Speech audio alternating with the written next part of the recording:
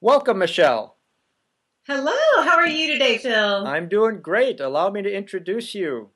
Michele Wahlder, author of Alphatudes, is a life coach, career counselor, speaker, and gratitude enthusiast. She is the founder of Life Possibilities LLC, a company that champions people to become the highest vision they hold for themselves in their lives, careers, and relationships. Well, Michelle, thank you again for joining us. Let me ask you first, what prompted you to write Alphatudes? Well, great question, Phil. My practice of gratitude started years ago, but what prompted the actual beginning of Alphatudes was several years ago. I was having difficulty sleeping, and I don't know if you've ever woken up in the night and it's dark and you have negative thoughts, about what might happen. So I was having a little bout of insomnia, and I thought, well, what could I do instead of think about negative things?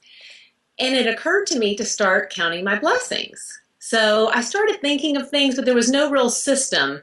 And so then I said, well, why don't I start with A? And I just started going through the alphabet, counting things that I was grateful for alphabetically. Well, by the time I had gotten to about F or J, I had fallen asleep. So the next day, I said, God, this is a great thing. I think I'm just going to do this before I go to bed to form some positive thoughts right before I go to sleep. And I started telling clients about it. They started doing it and waking up feeling more refreshed and positive during the day. And one of my clients actually said, Michelle, I think you should write a book on this and come up with some really great alphatudes to tell people about. So that's how it began. And I started it 2 years ago. Well, that's terrific. I like in the introduction when you said, instead of counting sheep, I decided to count my blessings. Yeah, what a concept, huh? Now, so what are the benefits of using Alphatudes? Well, I think one of the big benefits is that a lot of people say, you should be grateful. A lot of times when we were little, it was used punitively, like you should be grateful for what you have. And a lot of people kind of think they should be, but don't know how to be grateful. And they don't know how to start a practice. So I thought, well, why not use the ABCs, something we all know, as a simple system to count our blessings? And when you use a method, you don't have to search for things. And also, the practice of gratitude doesn't become rote. Some people will say, oh, I'm grateful for my family, my home, my health. And that is fabulous if someone did that every day. But sometimes people get a little bit tired of saying the same thing. So this engages our mind to start thinking about things that we really have in abundance in our lives, but maybe don't think about all the time. So I like though that Alphatudes is the alphabet of gratitude, and that's a nice way of looking at that. Why do you think people in general overlook the importance of gratitude?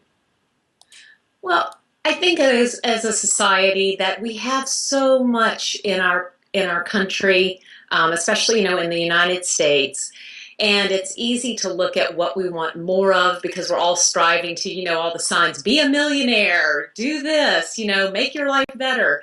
And while I'm a life coach, and of course I want that for people, I find one of the missing elements is that people have lost the art of learning how to be appreciative for what we have right now in the present moment and being able to be thankful for that.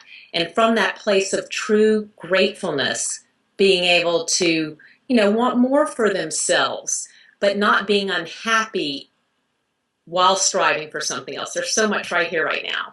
Okay. Well, also it seems like we're bombarded with bad news on a daily basis. Do you think that makes it more difficult to practice gratitude? Oh, yes, it really does. I mean, if you turn on, a news show or even just the commercials, because, whiter teeth or, get this fix for hair loss or whatever it is, Mhm. I mean, we're always trying to get something that we don't have. And the news I call it the bad news. There's just not that much that's coming out that's positive. So we have to really consciously decide to choose the positive because it's too easy to get caught up in the swirl of what other people are telling you about what's negative in the world. Well, how do you break that cycle of being trapped in this cycle of bad news? Well, I suggest that people go on a news media diet from time to time and to instead focus on something inspirational, an inspirational book, spending time with their family, maybe journaling about things that are going on right now that they appreciate.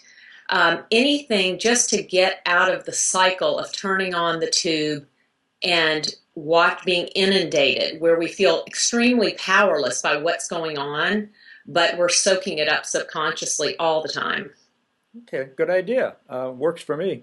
Well, let me ask you about yourself now. When did you start your personal practice of gratitude and why? Well, it started, felt at an unusual time. You would think it would be a time when I would be least grateful, but in 2001, I had been diagnosed with breast cancer and was going through treatment. I was laid off from my job 2 weeks later, and Wow. of all things, at the same time, my boyfriend told me that he had been cheating on me. Wow. Yeah. Triple I can whammy. laugh about it now, but at the time it was pretty devastating. So I didn't have, I had lost weight. I had uh, lost my ability. I wasn't hungry. I was just jobless and I had no family in town. So one day I started thinking about what I could do to make myself feel better. And I put a sign on my refrigerator and put a line down it and put the things I can't do and the things I can do that I'm grateful for. And what I couldn't do was go to the movies or go in crowded places where I would be around sick people. But what I could do was play with my dog, hang out with my friends. I mean, the list was like, I got to like 100 things. Mhm. And it made me realize that I was focusing on the several things that were bad versus what was wonderful. So I ended up tearing that list and just looking at the things that I could do and what I was grateful for. And it really changed my life. Well, that's awfully inspiring because most people don't go through three different crises like that all at the same time, all within a few week period. That's amazing. Yeah. Yeah.